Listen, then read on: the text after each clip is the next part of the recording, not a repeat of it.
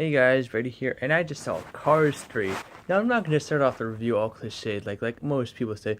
Where the fuck is our Incredibles 2? Like shut the fuck up. We have a Cars 3, okay? Don't worry, we have Incredibles 2 coming out next year. Stop whining about Incredibles fucking 2 and how Cars is already a fucking trilogy. Now that we got that out of the way, let's talk about Cars 3. I actually really enjoyed this movie. Uh, is it as bad as people say it is? No. Is it uh as good as other Pixar movies? No. But it's not terrible.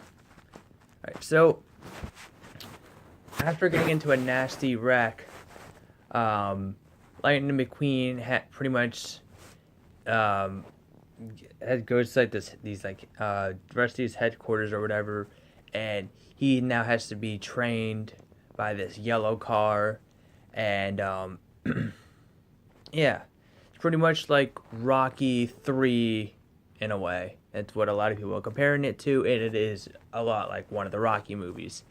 Um, he's training, and then he gets into an argument. He goes back to training.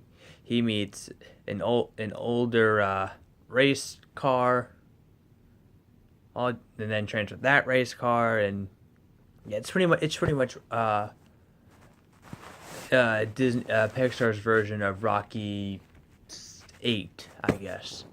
Um, this could be Rocky 8 for all we know. This is probably the story of Rocky 8, and they're like, no, this is too stupid. You know what? We'll just give it to Pixar and have them paint it as a Cars movie. And, well, yeah, that's what it is.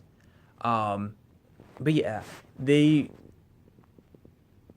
reduced Mater's role very, very, very small. His role is not that big in this movie.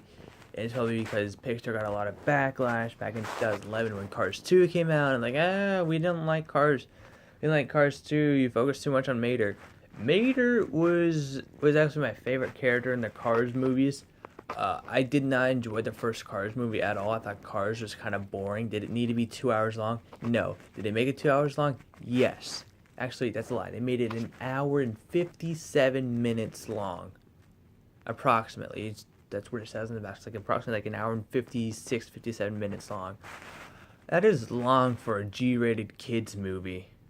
Now, I know on my shelf I have Sound of Music, which is also G, and that's 3 hours, almost 3 hours long. But that's a World War II. That's a musical that came out in the 60s. It's an epic. The 60s like to make epics. 2 hour Pixar movie. I can think of a ton that could be 2 hours, but Cars is not one of them. Like, I would love Toy Story 2 to be like an hour and 57 minutes, not Cars. There's just like so much that happens in the middle of the movie and so much that happens in the beginning of the movie that I just did not care about to rewatch it over and over again. Cars 2, on the other hand, I love Cars 2. It's short, it's to the point, it has Michael Caine in it, Mater. I have an unpopular opinion. I've been told by my friends ridicule me for loving Cars 2 as much as I do. I don't care. Cars 2 is really good. It's not like as good as like Inside Out, Toy Story, the Toy Story trilogy, Up, Incredibles, and all that other stuff. But I really do love Cars 2. Anyway, so Cars 3.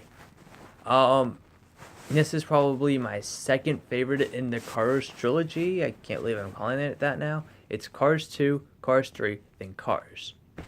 Um, yeah. There really wasn't really too much I didn't like about this movie. Uh, Whenever Mater's on screen, he always has like a strange hat, and it's the funniest thing ever. Like if you pay attention to like the All Trade commercials or whatever it's called, you see Lightning McQueen have like a big lightning bolt on his not Lightning McQueen, Mater with a big lightning bolt on his head. Was that in the? I think that was in the beginning of the movie. Yeah, he has more of those. One of them is a piston cup. The other is a whole fucking racetrack on his head. It's hilarious. Um, but yeah, it was kind of sad to see Mater reduced to a very minor role, even though he was kind of like the biggest character in the sequel in the Cars 2. But whatever. Um, yeah, I like the new characters. If I had to choose a flaw in the movie, it was a bit predictable in the beginning. Like there's like this character that shows like, yeah, I know where this character is going, and the character went down the route. No pun intended. I knew the character was gonna go. Uh, and people may find his trainer annoying. Um, she was kind of funny at times. She could be really funny. Her character progresses too. Like she goes from like an annoying trainer to like actually a really lovable, likable character. Um, yeah. Uh, I'm not gonna badmouth this movie because it's not as bad as people making it out to be. It's not forgettable. It's not one of Pixar's best movies, but it's not. It isn't good either. But I actually it is good. It is not really good. It's just good. I'm gonna give Cars 3 3.5 out of 5 stars. Um, Definitely not as bad as people say it was. If you want to take your kid, this is a good movie for kids. Although, Why is this movie G? I mean, Lightning McQueen gets into a nasty wreck. How did this get a G rating? How does Frozen and Tangled have a PG rating and not Cars 3?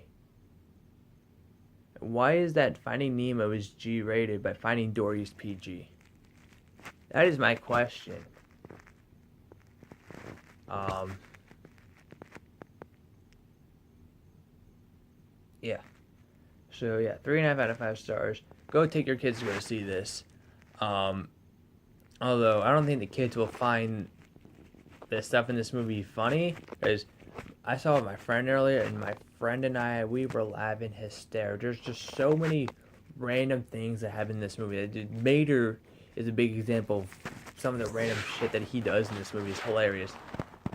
He doesn't even say anything. He's just he says stuff, but when he's not saying anything, he's either just wearing a hat. And it's a ridiculous hat. And it's the funniest thing ever. And then um, the trainer asked Lightning McQueen to do something. And the thing that she asked him to do is pretty ridiculous, but it's funny also. There's just like so many funny things that there was like no kids laughing in the theater. That me and my friend were laughing our asses off from like not from start to finish, but from like maybe 80, at least 72% of the movie we were laughing our asses off. Um, yeah.